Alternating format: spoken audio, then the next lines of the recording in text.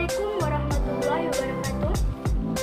Perkenalkan, saya Raudatul Jannah, mahasiswi Universitas Abdurrab Pekanbaru, jurusan Psikologi dengan NIM 2173201037. Video ini saya buat untuk menuntaskan ujian tengah semester mata kuliah Psikologi Pendidikan Dasar dengan dosen pengampu Bapak Rion Noprianda, MPSI Psikolog.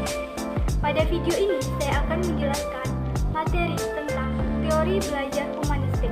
Tanpa berlama-lama lagi, mari kita simak videonya.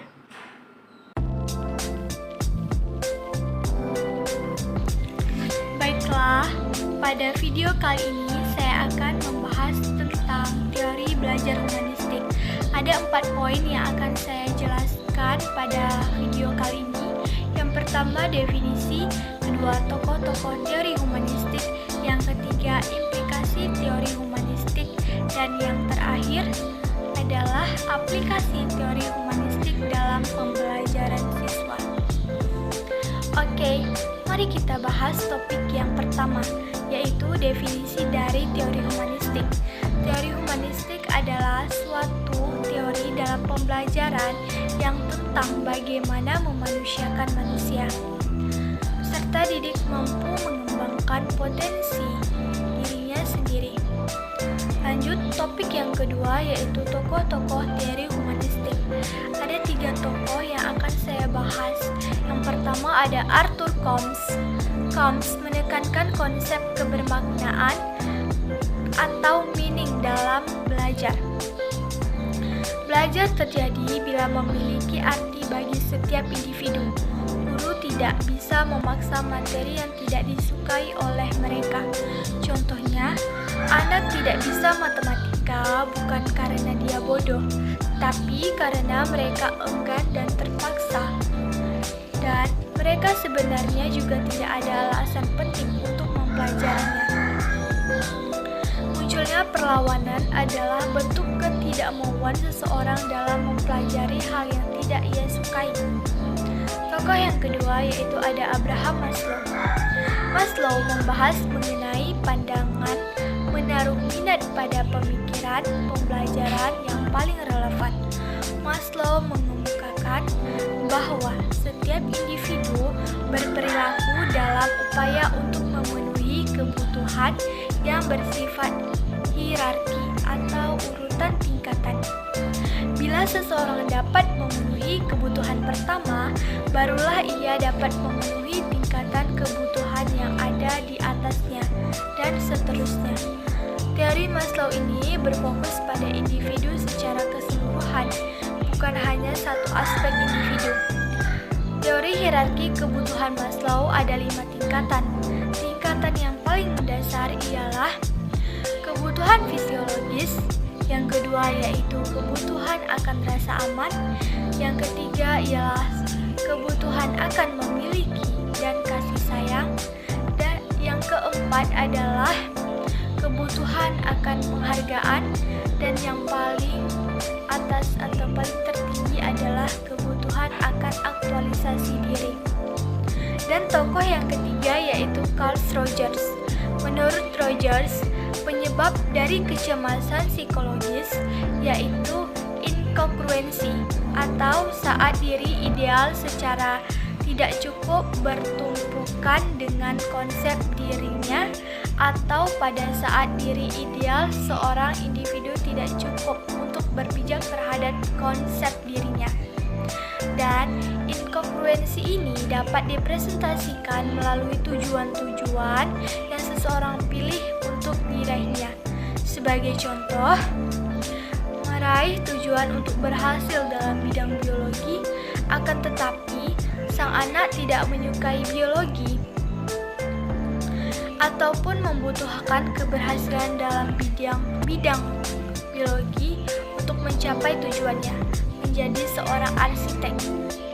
Ada kemungkinan bahwa orang tua dari sang anak tersebut memiliki keahlian dalam bidang biologi, dan selama ini sang anak diharapkan dapat melakukan hal yang sama seperti kedua orang tuanya.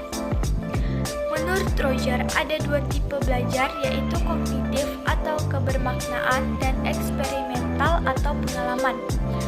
Carl Roger menyatakan bahwa peserta didik yang belajar hendaknya tidak ditekan, melainkan dibiarkan belajar secara bebas dan juga teratur. Peserta didik diharapkan bisa mengambil sebuah langkah sendiri dan berani bertanggung jawab atas langkah-langkah yang diambilnya sendiri. Dan itulah alasan mengapa teori Carl Roger memandang tujuan belajar adalah untuk memanusiakan manusia.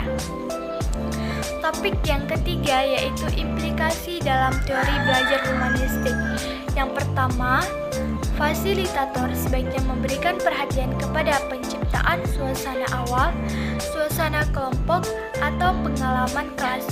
Maksudnya, seorang guru harus dapat menciptakan suasana belajar nyaman dan menyenangkan agar peserta didik merasakan kenyamanan ketika berada di ruang kelas dan dapat mengikuti pembelajaran hingga selesai.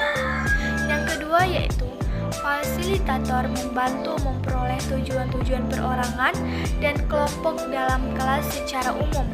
Maksudnya, seorang guru harus dapat membantu mewujudkan setiap cita-cita peserta didik secara keseluruhan. Yang ketiga, adanya keinginan dari masing-masing siswa untuk melaksanakan tujuan yang bermakna bagi dirinya. Yang keempat, mencoba mengatur dan menyediakan sumber-sumber untuk belajar yang paling luas dan mudah dimanfaatkan para siswa untuk membantu mencapai tujuan mereka. Artinya, guru dapat menyediakan fasilitas-fasilitas yang dapat digunakan peserta didik dalam mewujudkan impiannya kelak. Dan yang terakhir yaitu menempatkan diri sendiri sebagai sumber yang fleksibel agar dapat dimanfaatkan oleh kelompok. Dan topik yang terakhir yang akan kita bahas yaitu aplikasi teori humanistik dalam pembelajaran siswa. Pembelajaran berdasarkan teori humanistik ini sangat cocok untuk diterapkan pada materi-materi pembelajaran yang bersifat pembentukan kepribadian, hati nurani, perubahan sikap, dan analisis terhadap fenomena sosial. Indikator dari keberhasilan aplikasi ini adalah siswa merasa senang, bergairah, berinisiatif dalam belajar, dan terjadi perubahan dalam pola pikir, perilaku, dan sikap atas kemauan sendiri.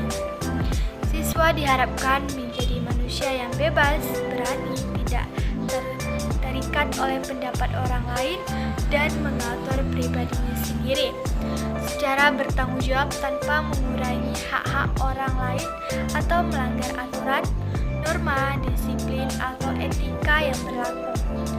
Guru yang baik menurut teori ini adalah guru yang memiliki rasa humor yang tinggi, adil, menarik, lebih demokratis, mampu berhubungan dengan siswa dengan mudah dan wajar.